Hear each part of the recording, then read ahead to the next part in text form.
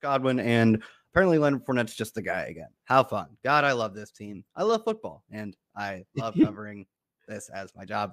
Evans hasn't topped 100 yards since week 8. He hasn't scored since week 4. And since week 8, he has an 18% target share, which is like the team's clear second receiver type of stuff. And he has fewer red zone targets than Chris Godwin, which like that's almost the entire saving grace of a typical Evans game is that, okay, sure, you go out and you get a 5-target game while Godwin, who gets open at will, gets peppered with targets. One, Godwin's not getting open at will, to be clear, but typically that is the saving grace, is that no matter what Godwin is doing, they get to the end zone a bunch of times, they get to the red zone a bunch of times, and they just use the Mike Evans cheat code. They're not even doing that anymore. The offense, I cannot believe how close they came to losing to the Cardinals. Unreal. Wow, man. Like, this team is so sad, and they're going to probably make the playoffs. So I don't know, man. What's the early line on Panthers Bucks? I guess the Bucks are favored. Let me look it up. The Bucks. It might depend who's at home, because like if that's a home game for the Panthers. No, you said it's on the road. We're gonna get Sam Darnold in the playoffs, dude, baby. I am so excited. The Bucks are 3-point home favorite. No, the Bucks are at home. The Bucks are 3-point home. Yeah. You said that earlier. I forgot about it. Yeah, man. This just looks like. I mean, the Panthers have a very incredibly obvious. It has worked, but it's obvious game plan of let's play. I mean, typically they should be low scoring. If you put up 30 some odd points, it turns out to be high scoring, but they want to play slow pace, run heavy, rely on the defense.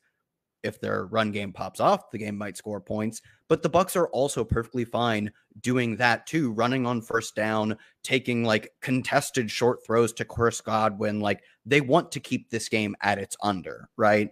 And if that's the case, there's just nothing to garner from Mike Evans. He's like George Pickens, essentially. Ooh, that's a shocking but pretty apt comparison for the way Mike Evans has been playing the past 6 weeks, because it really is that kind of usage and just like praying for like a deep ball, praying that he actually somehow gets the look when they get in the red zone. They've been getting the red and that zone, he catches it. Yeah, remember, it was like 4 weeks ago. The iconic like 70-yard.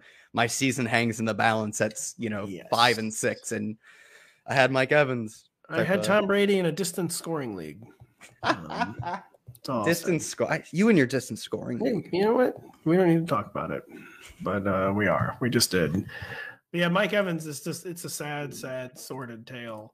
But he's outside the top 24 basically at this point. Well, not basically. He is outside the top 24. Fine with that, yeah. Which seemed inconceivable early in the year, but.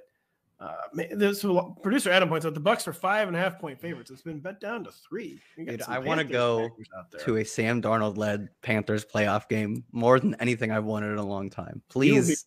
You will be hugely, hugely disappointed.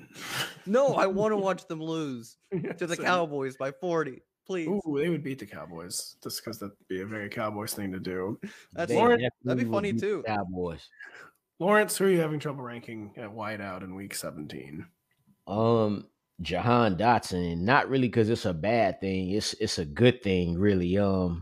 He's come back from the injury. Past 3 weeks, he scored a touchdown in each of those games.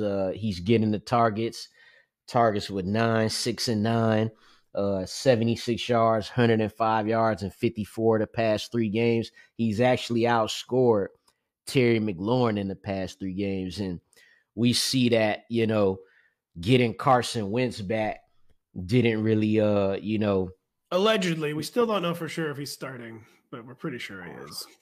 I mean, he should, right? He should, yeah.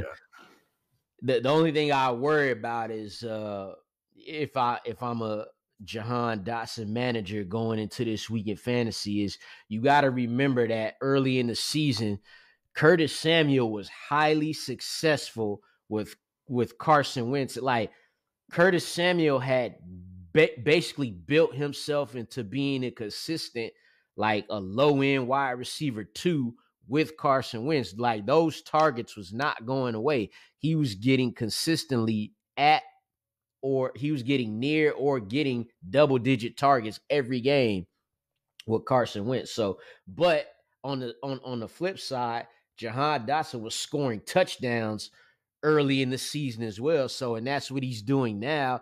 He's clearly above Curtis Samuel in the pecking order as far as pass catching goes on that team. So it's like you wanna be fair in the situation he definitely has to get a bump up higher, but could it be too high? Definitely gonna be higher than my boy Mike Evans. Ooh. But wow. It just depends on how high.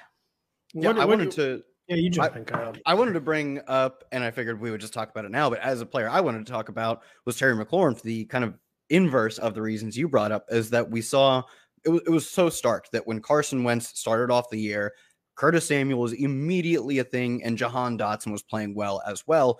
And we were just, we were on the back of the milk carton looking for Terry McLaurin.